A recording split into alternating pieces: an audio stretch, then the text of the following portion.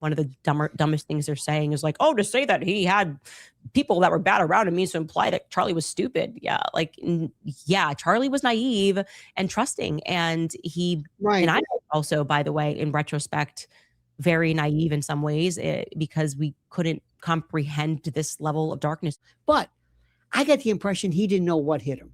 She saw him, put her hooks into him, and said, "Oh, this guy's never been around." When he was talking about the fact that he was a virgin upon marriage, and he looked at her, he goes, "Right, you," and she's like, because I don't believe for a moment whichever story of her past you want to believe. It's almost like she had him. She knew exactly how to get him, and he Yeah, didn't know what hit him. right.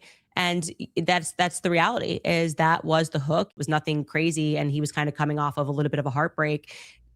And then with more time, he just thought, this obviously God put her in my life. And that was, I believe, how she manipulated him.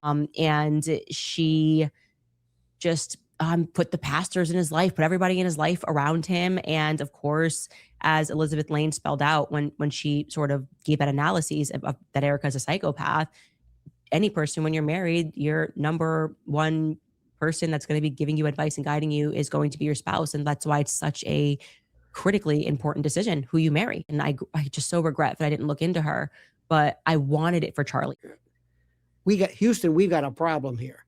What was that moment when you realized this woman's she's dangerous?